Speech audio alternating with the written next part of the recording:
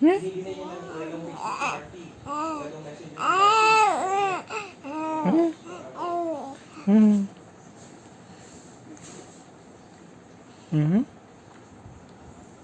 Ang patatay. Tulog na? Tulog na yan. Wala siya. Ang sabi ng boss niya.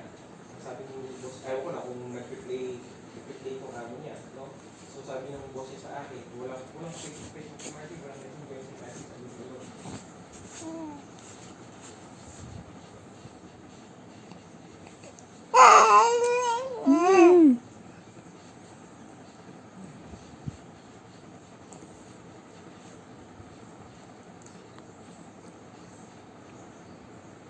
Tinatawagan ng amo ni